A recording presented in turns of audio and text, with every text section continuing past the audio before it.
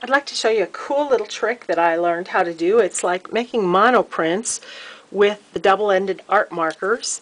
And first off, for this one, I cut this piece of acetate and then I colored on the back, and I created this dress right here. You can see how cool that looks. It looks different than the dress done totally in markers. Then I made a little stencil of a bird here. I cut this out. This was shrink art. That was a piece of acetate. Colored on it with my markers, and I transferred it here and made some monoprints of the bird. And I just want to show you how I did this. And one of the easiest ways to do it is to use some cellophane rather than acetate, and I think cellophane probably even works better. And you can just go in, if you're doing it free form, and just experimenting with it. Just take some of the colors and just color on the acetate, and you can kind of hear it squeaking and making cool noises. That was a little terracotta. I'm going to take some orange, put in some orange.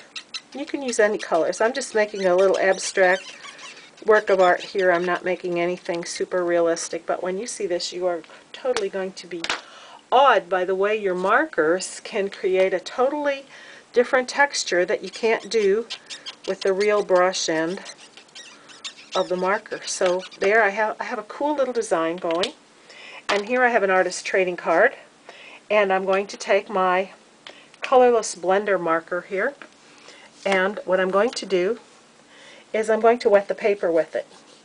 With my colorless blender marker, I'm going to carefully wet my paper. Sometimes I think the chisel one might be better to do this with than the brush tip, but you can see by the spots that it is getting wet. And then I'm going to take my cellophane and place it face down on here, and I'm just going to rub it, and almost immediately you will see the color lift off the cellophane and go right onto the card. And I'm going to pull this up now, and wasn't that cool? So I'm sure you'll think of some ways you can use this. This is just a piece of cellophane, piece of acetate. Maybe just experiment with some things that you have and create these beautiful, interesting textures. If you were an interior designer, you might want to create stone with that, cut some shapes that look like rocks and stones, and they would have a little granulated feature to them. So thanks for watching. Another tip on Prismacolor Brush Fine markers. Bye-bye.